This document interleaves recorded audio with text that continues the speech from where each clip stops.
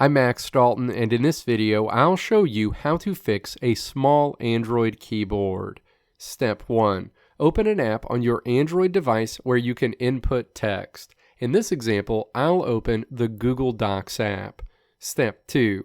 Tap inside of a text entry space to bring up the on-screen keyboard that you want to make larger. Step 3. Tap the More icon above the keyboard. The More icon has 4 boxes.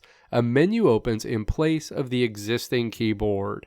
Step 4. Tap Resize. A box is displayed over the keyboard with handles around the edges that can be used to resize your Android keyboard. Step 5.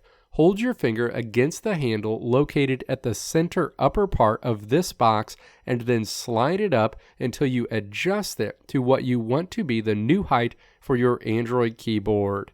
Tap Done. That box will close and your larger Android keyboard will be displayed in your defined area. Let me know if this video helped you out in the comments below. If you liked what you saw here, click the video links on the right side of the screen to check out another video. Or click the logo on the left side of the screen to check out my tutorial website at www.maxdalton.how.